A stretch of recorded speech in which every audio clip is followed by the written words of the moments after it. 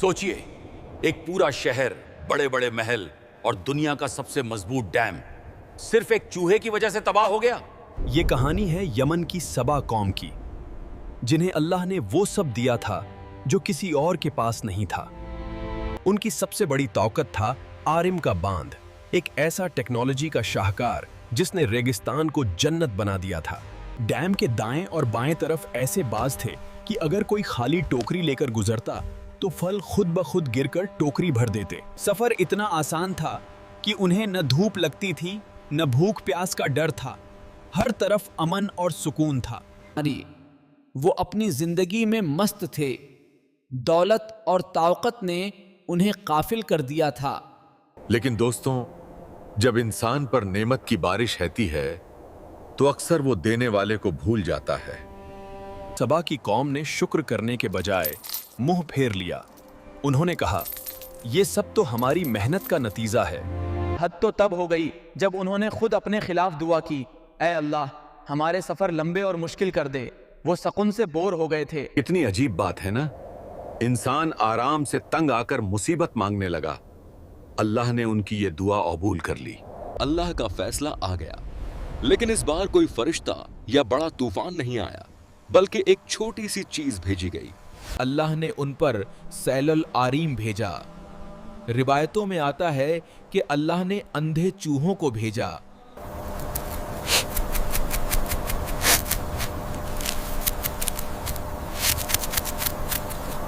ये चूहे डैम की बुनियादों में घुस गए और बड़े बड़े पत्थरों को अंदर से खोखला करने लगे।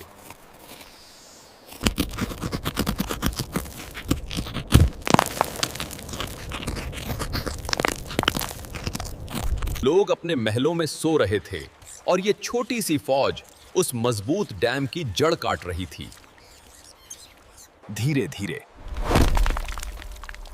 पत्थर कमजोर पड़ने लगे, पानी का दबाव बढ़ने लगा।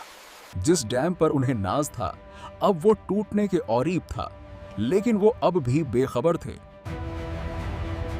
और फिर वो रात आई, एक जोरदार धमाका हुआ और आरिम का बांध टूट गया।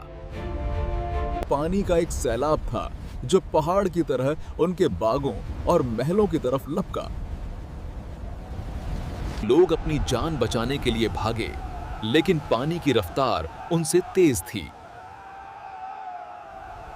जिस पानी को वो रोक कर बैठे थे, आज वही पानी उनकी मौत बन गया था।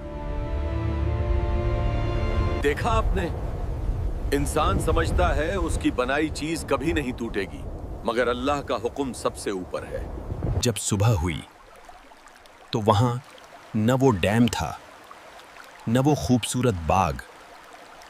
कुरान कहता है, हमने उनके मीठे बागों को कड़वे फलों और झाड़ियों में बदल दिया। अब वहां सिर्फ झाऊ और बेरी के कांटों वाले दरख्त रह गए थे। जहां कभी अंगूर और खजूर उगते थे, अब वहां सिर्फ खम्त के कड़वे फल और झाड़ियां रह गई थीं। सबा की वो जन्नत निशान वादी अब एक वीरान खंडहर बन चुकी थी। परिंदे भी वहां से हिजरत कर गए। सोचिए उन लोगों पर क्या गुजरी होगी। कल तक जो मालिक थे, आज वो पानी की एक बूंद को तरस रहे थे। मजबूरन उन्हें अपना प्यारा वतन छोड़ना पड़ा।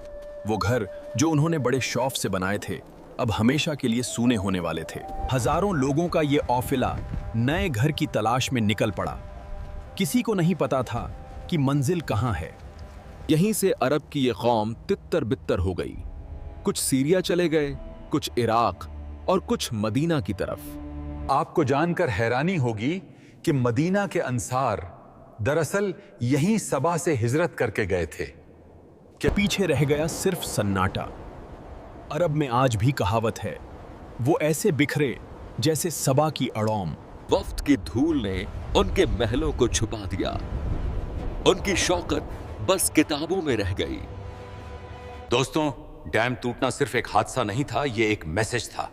जब हम देने वाले को भूलकर दी गई चीज पर घमंड करते हैं, तो वो चीज हमसे छीन ली जाती है, चाहे वो दौलत हो, ताकत हो या टेक्नोलॉजी। याद रखें, शुक्र नेमत को बढ़ाता है اور नाशुक्री बनी बनाई बात बिगाड़ देती है। बेशक इस वाक़ये में सब्र और शुक्र करने वालों के लिए बड़ी निशानियां हैं।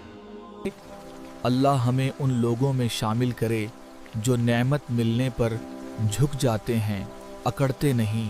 कैसी लगी आपको सबा की ये दास्तान? कमेंट में जरूर बताएं। वीडियो पसंद आई हो तो लाइक करें और सब्सक्राइब करें। जज़ाकल्लाह खैर।